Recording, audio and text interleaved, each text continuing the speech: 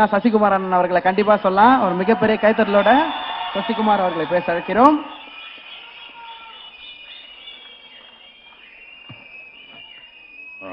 எல்லோருக்கும் வணக்கம்.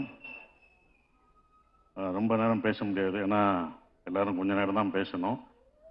நான் இந்த படத்துக்குள்ள நான் தான் கடைசி வந்தேன்.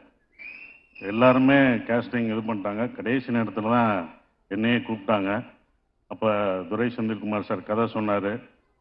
இரா சரவணன் மூலமாக தான் சொன்னார், இந்த படம் பண்ணுங்க, நான் கதை கேட்டேன் கேளுங்கன்னு என் நண்பர் இரா சரவணன் சொன்னார்.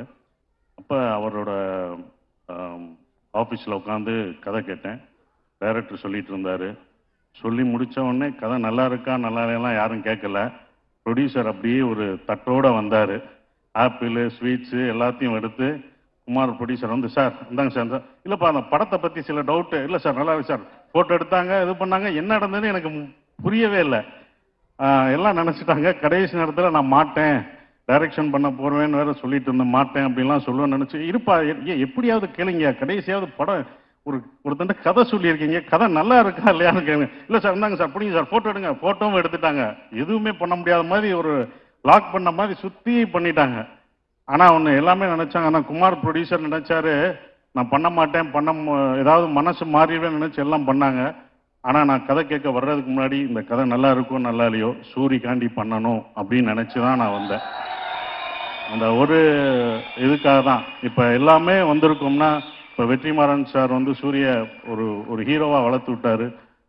விஜய் சேதுபதி, சிவா எல்லாருமே இங்கே உட்காந்துருக்கவங்க எல்லாம் வந்திருக்கோம். எல்லாருமே வந்திருக்குன்னா அது சூரியோட கேரக்டருக்காக, சூரியோட மனசுக்காக தான். கனி அண்ணன் எல்லாமே வந்திருக்க காரணம் சூரிக்காக மட்டும்தான். அப்போ எல்லாருக்குமே என்னன்னா சூரிக்காக ஏதாவது பண்ணணும் அப்படின்னு ஒன்று இருந்தது. அப்போ எனக்கு ஏதாவது சூரிக்கு பண்ணணும்.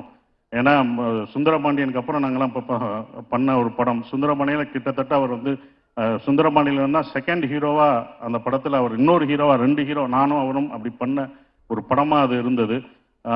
எல்லாருமே வளர்த்து விட்டது தான். அப்போ எல்லாருமே சூரி நல்லா வரணும், எந்த ஈகோ இல்லாமல் சூரியோட வளர்ச்சியில் உண்மையிலே இங்கே உட்கார்ந்துருக்கவங்க எல்லாரும் வராதவங்களும் நல்ல அக்கறை இருக்கும். ஏன்னா சூரிய எல்லாருக்குமே பிடிக்கும், அந்த கேரக்டர் எல்லாருக்குமே பிடிக்கும்.